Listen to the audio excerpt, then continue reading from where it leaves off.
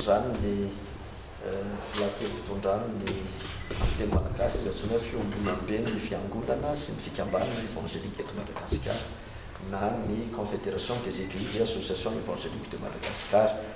Ny CEAUM fanafoezana azy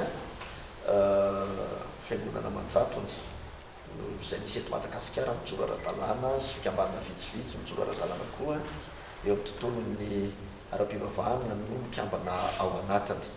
Fiangonana no mikambana fa tsy ny olona. Ino moa natodianay hoe tsy moramora ty ady amin'ny kolokolo ity fa tena ato sarotra ary everinay tokoa fa tsy vitanareo samirery raha ianareo ihany no isany izany.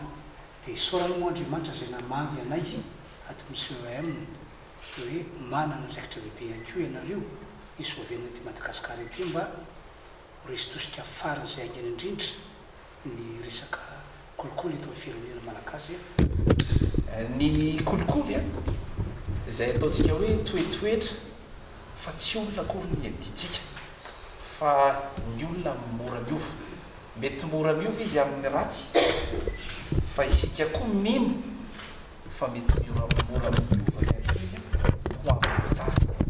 Ary zay no iandrandrana fiarahana miasa amintsika indrindra isika ato amin'ny sehatry ny fivavahana.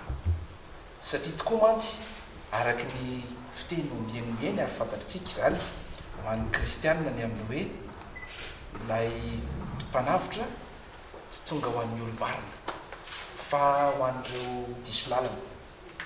Noho ny fahaiza manao dia eritreretina fa hiova lalana ny diso lalana ho any amin'ny mahitsitsy kokoa. Dia tahaka izay ihany koa ny ady ataontsika amin'ny kolokolo. Tsy ny olona no iadiana satria amin'ny maha olona azy zanak'Andriamanitra izy ary zanak'Andriamanitra amintsika mendrika eo an-jaina.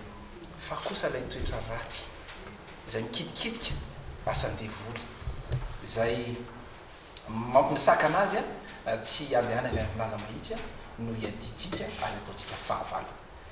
Dia ny teninay tsy lava fa misaotra anareo nanaiky ny ara-iasa aminay satria araky ny voalaza teo ady lavitra izaka ilay izy ary taky ny asavady-drano tsy vita tsy fanakonana tsy ambo avita irery ny branboale tena dina amin'ny kolokolo fa izao fanomezan-tanana ataonareo zao marina aloha fa mbola mety hisy ny fifanakalozana fifampitaizany nomezana traikefa mialohan'izany satria araky ny voalazako teo ny branboale tena dina amin'ny kolokolo ampitarika nanana traikefa manokana izy ho ampitaina amintsika mianakavy zany traikefa zany ao anatin'ilay fomba fiasa mampanao izay hampandraisana andraikitra sy hampandraisana anjara ny olom-pirenena rehetra indrindra moa zany fa kristianina izay resy lahatra manana vitrika manokana ifanampy andresena n'ilay fahalovana izay voalazo mienimeny fa fositra tsy mampandroso ny firenena.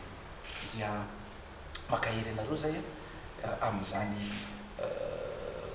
fiarahana miasa izany zahay atao amin'ny branboale tena dina amin'ny kolokolo moa dia efa ino asa efa ino asa dia vonona izay aneny izay traikefa rehetra izay anananay mba hampanjary ny ady amin'ny kolokolo ary voalaza teo mba isitrahany malagasy any anjara masambo izay ataonay teny filamatra nanomboka tamin'ity taona ity. Makasitraka anareo nahitra mianatra amin'ny farany.